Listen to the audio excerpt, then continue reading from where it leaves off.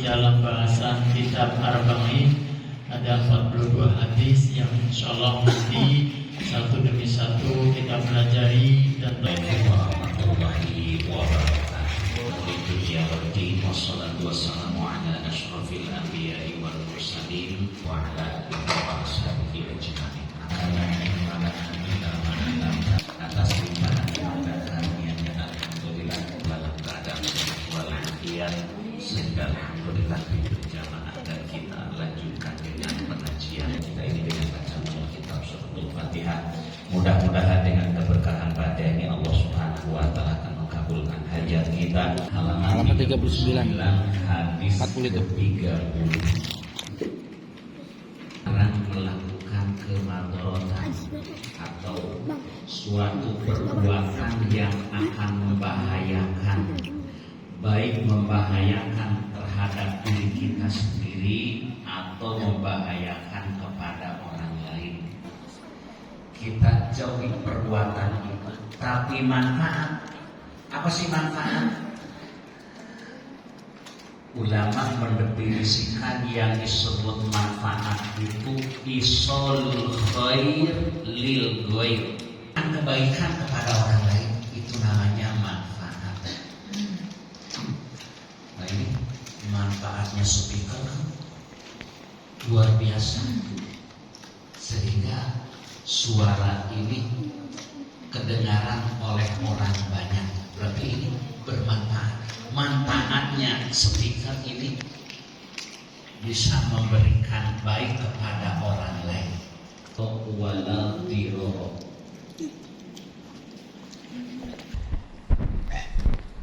Tetapi ini oleh ulama lahnya di sini lah bimakna nahi.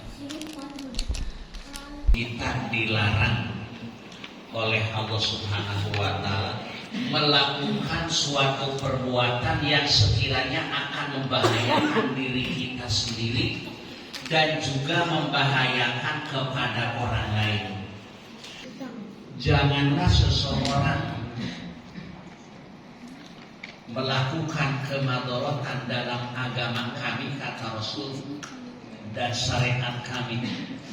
Maksudnya dalam ibadah pun juga jangan sampai menimbulkan madharat terhadap diri kita sendiri, begitu juga terhadap orang lain. Sholat ngimaminya lama sehingga imam suaranya jadi serak. Kemudian di belakang juga pada para makmum merasa pegel karena lama berdirinya. Nah ini membahayakan terhadap diri sendiri dan juga membahayakan ama orang lain. Begitu juga contohnya la dororo wala diroro. Ketika merajalela virus COVID-19, hasil penelitian ilmu kedokteran, Bapak ini udah kena virus corona Pak. Bapak bahaya kalau keluar nggak pakai masker Pak. Ini virusnya bakalan tambah Pak. Ini wajib ngikutin nasihat dokter. Nah, sakit aja, mati ya mati aja. Nah ini nggak boleh melawan seperti itu. Mungkin kalau bapak-bapak sering menyimak di YouTube ketika merajalela virus corona, ini para ulama ini membaca hadis ini, ikutin. Bahkan berjamaah pun juga, Jumat pun juga, kalau sekiranya akan membahayakan dirinya sendiri, nggak pakai masker, begitu juga membahayakan orang lain, nggak boleh. Makanya benar, kita harus ikuti.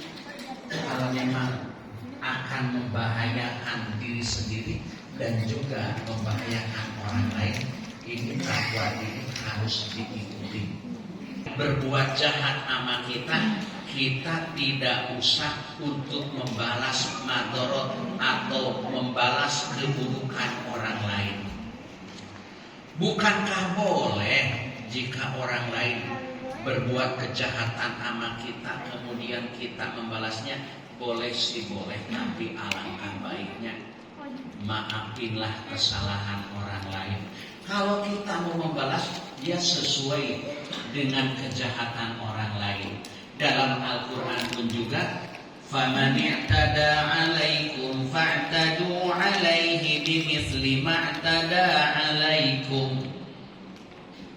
Ini kan ayat yang ada hubungannya bahwasanya para kaum muslimin itu dilarang memerangi orang kafir dalam waktu-waktu tertentu.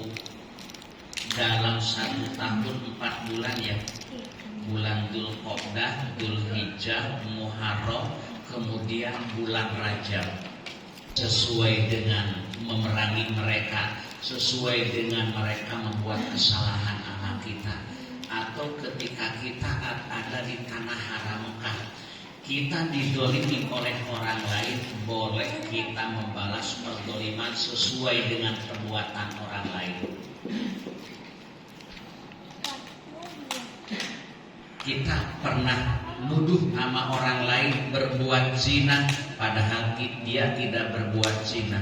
Ini nanti di akhirat orang yang difitnah akan nuntut sama kita. Atau kita pernah merugikan orang lain.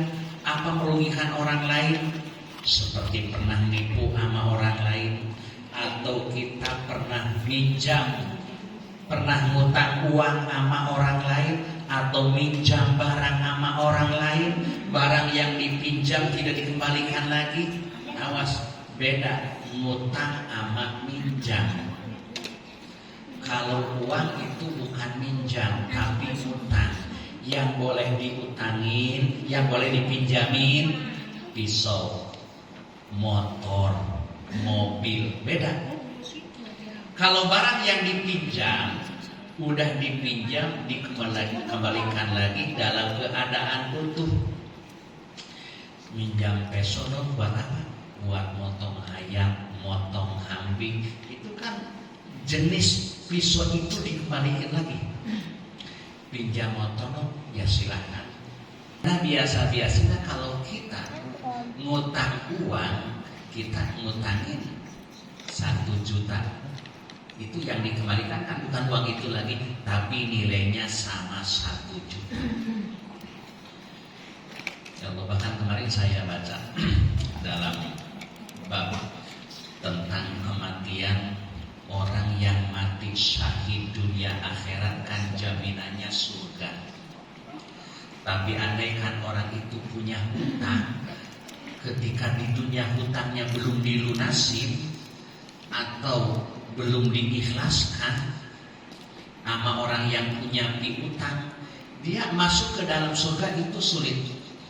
Karena dengan sebab punya hutang yang terhadap orang lain hingga sampai dia mati, orang yang pernah dizalimi belum memaafkannya.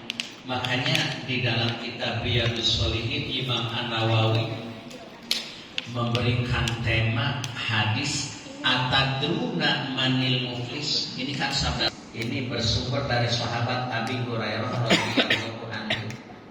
Rasulullah SAW pernah bertanya kepada para sahabat, Atadruna manil muflis? Qalu al-muflisu fina man la dirhama wala mata. Faqala innal muflisa min ummati may ya'ti yaumal qiyamati bi sholatin wa siyamin wa zakatin wa ya'ti wa qad syatama hadza wa qadafa hadza wa akala mala hadza wa safaka dama hadza wa daraba hadza ayudu hadza min hasanatihi wa hadza min hasanatihi fa in paniyat hasanatuhu qabla ayyudama alaihi ukhidha min khotoyahum faturihat alaihi summa turihat finnar. Yang artinya Rasul bertanya kepada para sahabat, pertanyaannya, atadruna manil muflis? Tahukah kalian manil muflis? Siapakah orang muflis? Maka dalam ilmu fikih ada orang muflis, ada orang safih. Orang yang terbelit dengan hutang, hutangnya seabrek-abrek tapi hartanya cuma hanya sedikit. Nah ini orang muflis ini hartanya boleh disita. Ada safih. Safih itu adalah orang yang biasa hura-hura, poya-poya. Nah ini kalau orang yang hobinya poya-poya, kemudian banyak hutangnya, hartanya wajib disita. Nah ini Rasul bertanya kepada para sahabat, atadruna manil muflis, tahukah kalian siapa orang muflis itu? Bukan muflis, muflis pakai A. Para sahabat menjawab, al-muflisu fina mala dirhama wala mata. Orang muflis itu di kalangan kami, di golongan kami adalah orang yang tidak punya dirham dan juga tidak punya harta yang lainnya. Orang bangkrut. Awas maka jangan ngasih nama anak si muflis. Mukhlis. Bukan muflis, muflis lagi. Bukan ikhlas, ikhlas. Itu kadang-kadang ya omongan udah biasa. Kata para sahabat, yang disebut orang muflis itu orang yang tidak punya uang dirham, tidak punya uang dinar, tidak punya apa-apa. Kemudian kata Rasul, innal muflisa min ummati mayati yaumal qiyamah bi sholatin wa siyamin wa zakatin. Kata Rasul, bukan itu yang maksud kami tanyakan kepada kalian.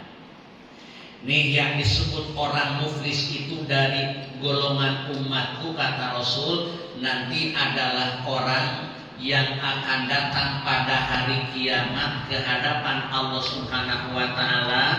Orang itu membawa pahala sholatnya, membawa pahala puasanya, membawa pahala zakatnya. Nanti di akhirat kita, para jemaah sekalian, pahala amal kebaikan kita dibentukan oleh Allah, dirupakan oleh Allah seperti gunung. Itu kan sesuai dengan keikhlasan kita beramal. Satu kali melakukan amal kebaikan, Allah balas 10 kali lipat. Bukan itu maksudnya, mah. Allah akan membalas dengan pahala nanti di akhirat. Akhirnya orang tertarik, yang ngomongnya Ustaz lagi.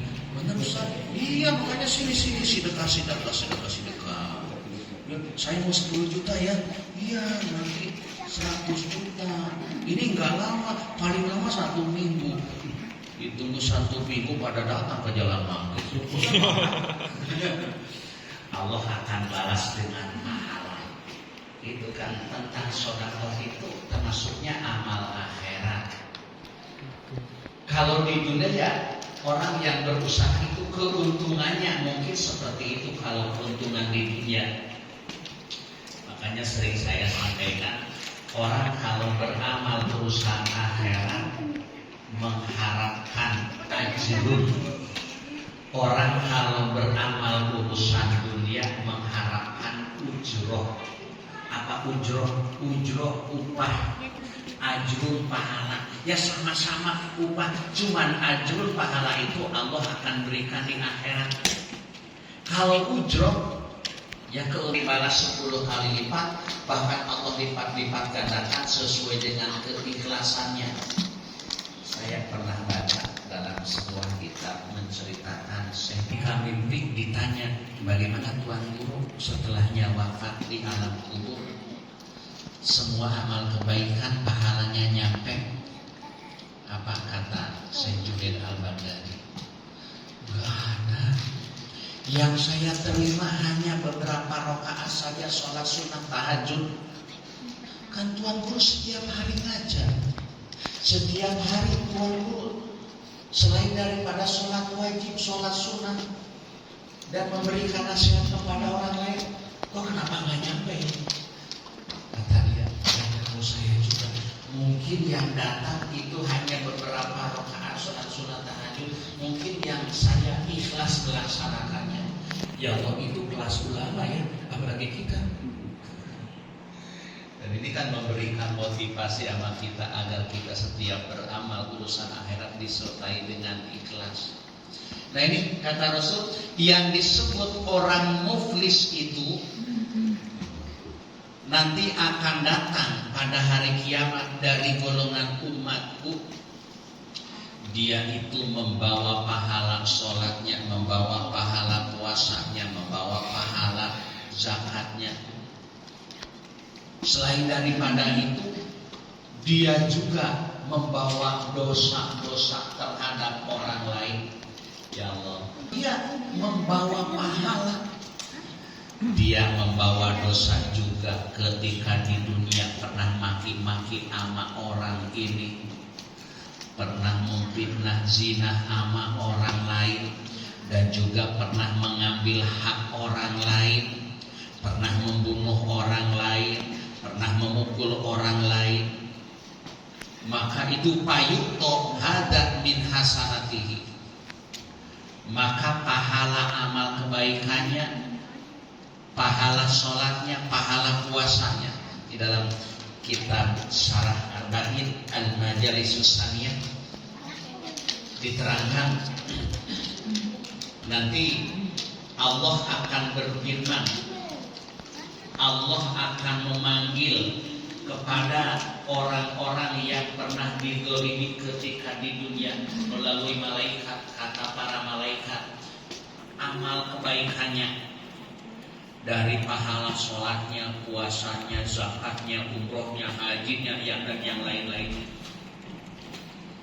Nah, di antara mereka yang pernah dizalimi, pernah dirugikan ketika di dunia, satu persatu maju.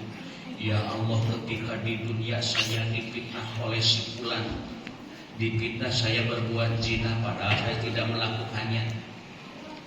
Kata malaikat, ambil pahala puasanya.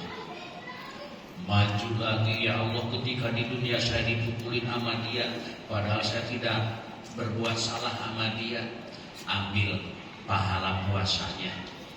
Ada yang maju lagi, ya Allah, ketika di dunia dia punya utang sama saya tidak dibayar utangnya, ambil pahala zakatnya. Terus masih banyak yang menuntut sama orang itu. Faidah paniat hasanatu, apabila udah habis pahala amal kebaikannya karena disedot semua oleh orang-orang yang pernah dizalimi atau pernah dirugikan ketika di dunia, kata malaikat, ya Rabbi, paniat di dunia famin aina au fihi huquqahum. Ya Allah, ini amal kebaikannya udah habis semuanya, disedot oleh orang lain, dibayar dengan apa lagi? Kemudian kata Allah, keburukan mereka, keburukan orang-orang yang pernah dizalimi, dosa-dosanya orang yang pernah dizalimi, tumpahkan buat dia. Inilah yang disebut orang muflis, orang yang bangkrut, amal kebaikannya disedot oleh orang lain dan dia menanggung dosa-dosa orang lain. Dalam hadis lain, Rasulullah SAW nangis, khawatir terjadi pada umatnya, khawatir umat-umatnya menjadi orang muflis. Nah, inilah yang disebut wala diroro. Wala diroro. Jangan membuat madorot kepada orang lain, atau janganlah berbuat dolim kepada orang lain. Bapak jangan makan kangkung ya, jangan makan yang hijau-hijau ya. Tapi saya mah senangnya makan ketoprak, itu kan hijau-hijau. Saya beberapa minggu yang lalu ya dicek Pak, benar, kebetulan di majlis dikir ada istrinya jemaah, dia bagian kedokteran, ada buat ngecek darah daripada kemubadir, ada jarak waktunya. Kalau udah kada puasa dari pakai lagi, begitu dicek tensi darah saya tinggi, kemudian asam urat juga tinggi. Dia ngomong, Pak, nggak boleh makan hijau-hijauan aja. Apa aja tuh? Daun singkong, daun pisang, kapek hijau nggak boleh. Saya ikutin lah karena ini resep dokter. Nah, kita makanya harus ngikutin nasihat dokter. Maka dalam kitab Talimul Muta'alim, innal mu'allima wa tabiba kilahuma la yasahani ikuma layu koma. Sesungguhnya guru ngaji dan dokter jika memberikan nasihat guru ngaji sama muridnya, kemudian nasihatnya tidak diikuti, jangan mengharapkan ilmunya bermanfaat. Begitu juga jika seorang pasien tidak memperhatikan dan tidak mengikuti nasihat dokternya, jangan mengharapkan penyakitnya sembuh. Jangan mengharapkan penyakitnya hilang. Ya pernah punya jemaah yang udah almarhum. Alhamdulillah beliau usianya 95. Meninggalnya udah setahun. Ketika masih ngaji dia muharramah. Ustaz, maaf, saya kumat kemarin aja. Taunya asam urat. Kata dokter, Pak Ji, kurangin ya makan kangkungnya. Ih dokter, saya paling doyan. Begitu dicek lagi, Pak Ji makan kangkung. Emang saya paling doyan dok. Kata dokter, apa dokter? Pak Ji makannya setahun ya. Makin diledek sama dokter. Ya, bukannya diikuti nasihat dokter. Bahkan dia katanya, saya paling doyan makan kangkung. Nah ini melakukan perbuatan yang membahayakan kepada orang lain, dan jika orang lain berbuat kejahatan sama kita bagusnya tidak membalasnya, bahkan kita bagusnya memaafkannya. Pertemuan yang lalu saya baca Imam Daruqutni, salasun man kunna fihi hasabahullahu hisaba yasira wa adkhalahul jannata bi rahmatih. Qalu wa ma hiya ya Rasulullah? Tu'ti man harama wa tasilu man qata'a wa ta'fu aman dzalamat fa idza fa'alta dzalik tadkhulul jannah. Ada 3 perkara kata Rasul. Jika yang 3 perkara ini bisa dilakukannya, maka orang itu akan mendapatkan hisaban yasira, akan mendapatkan hisaban yang sangat ringan. Para sahabat bertanya, apa yang 3 perkara itu ya Rasulullah? Yang pertama kata Rasul, hendaklah kamu mengasihi kepada orang yang tidak mau ngasih kepada kamu. Maksudnya orang pelit jangan dibalas dengan pelit. Wa tasilu man qata'aka, dan berkunjunglah kepada orang yang tidak mau bersilaturahim kepada kamu. Orang kena jabatannya udah tinggi atau udah jadi orang kaya, padahal perjuangannya bareng-bareng, bahkan sekeluarga kakak beradik. Abangnya atau adiknya udah kaya, ini saudaranya yang miskin, nggak mau didatangin. Nah ini orang kaya yang tidak mau mendatangin sama orang miskin jangan segan-segan datanginlah dia orang kaya yang sudah memutuskan hubungan silaturahim. Kemudian yang ketiganya, watakfu aman dolamaka, kata Rasul, maafkanlah orang yang berbuat dolim kepada kamu. Orang jahat jangan dijahatin. Faidah fa'ata dzalik tadkhulul jannah. Jika kamu melakukannya, niscaya kamu akan masuk ke dalam surga. Dan memang ini berat untuk kita. Kita mah kalau orang lain berbuat jahat sama kita mah mikir-mikir gimana caranya balas sama dia. Kita kan pengennya lebih. Tapi Rasulullah seperti itu. Maka yang saya perhatikan di dalam Al-Quran, saya sering bertolak Al-Quran dan tafsirnya. Dan memang di antara para Rasul yang sikapnya benar-benar sabar adalah Nabi kita, Nabi Muhammad SAW. Nabi Musa itu karakternya keras. Makanya kan Nabi Musa itu dakwahnya berdua dengan saudaranya yaitu Nabi Harun. Salam merengek-rengek kepada Allah. Wa qala Musa Rabbana innaka atai, dihamirkan oleh Nabi Harun. Itu diijabah doanya Nabi Musa yang diaminkan oleh Nabi Harun. Udah 40 tahun baru diijabah oleh Allah. Inilah doanya kata Nabi Musa, Rabbana ya Allah ya Tuhan kami, Innaka ataita fir'auna wa mala'ahu zinatan wa amwalan fil hayatid dunya. Sesungguhnya engkau telah memberikan kepada Fir'aun wa mala'ahu, dan orang-orang yang berwibawa atau dari kelompok orang-orang yang terkemuka dari kaumnya, engkau telah berikan perhiasan dunia, wa amwalan fil hayati dunia, dan engkau telah berikan harta dalam kehidupan dunia. Jabatannya tinggi dengan sombongnya hingga